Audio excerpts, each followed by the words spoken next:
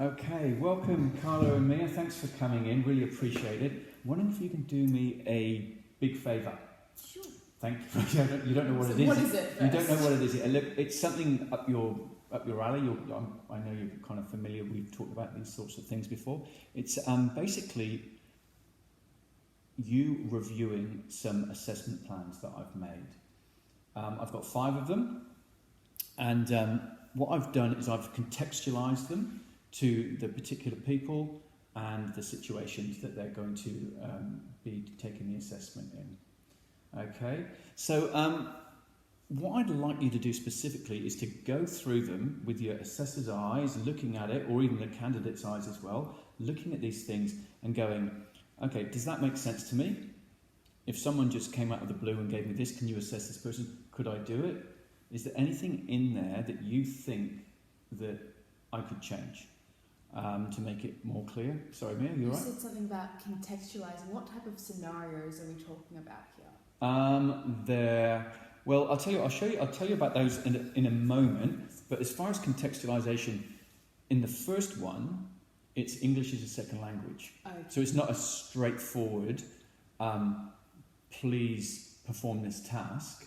It's please perform this task, bearing in mind the context is English as a second language. Okay. So that is going to be, but they've all got something a little bit different. That's why I've had to change them from the standard one to these different ones, if that makes sense. Thank you. Now, of course, as you're looking through it, be aware that it needs to be, the criteria have to match the requirement of the unit.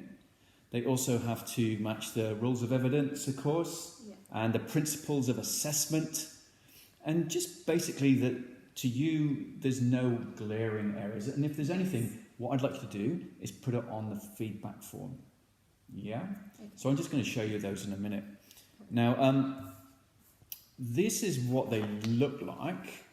So you've got your standard assessment, assessor instructions, your candidate instructions, and all of those other things, and of course all the requirements. You'll be able to find those in the normal places. So just for example, the first one is Lin Wei. He is going to be working in a fast food restaurant, and he's the one with the English as a second language. Mm-hmm. Yeah. So there's going to be some differences. You're going to have to be there rather than me saying, these are your instructions, go off and do it. I'm going to have, there's going to be modification. I'm going to have to speak to him because his English, he might not be able to read the English that well, so I'm going to have to verbalise it for him, if that makes sense. Yeah, you got that? Okay, does that sound like something you could help me with? Yeah, definitely. When and where? Yeah, that's a good point.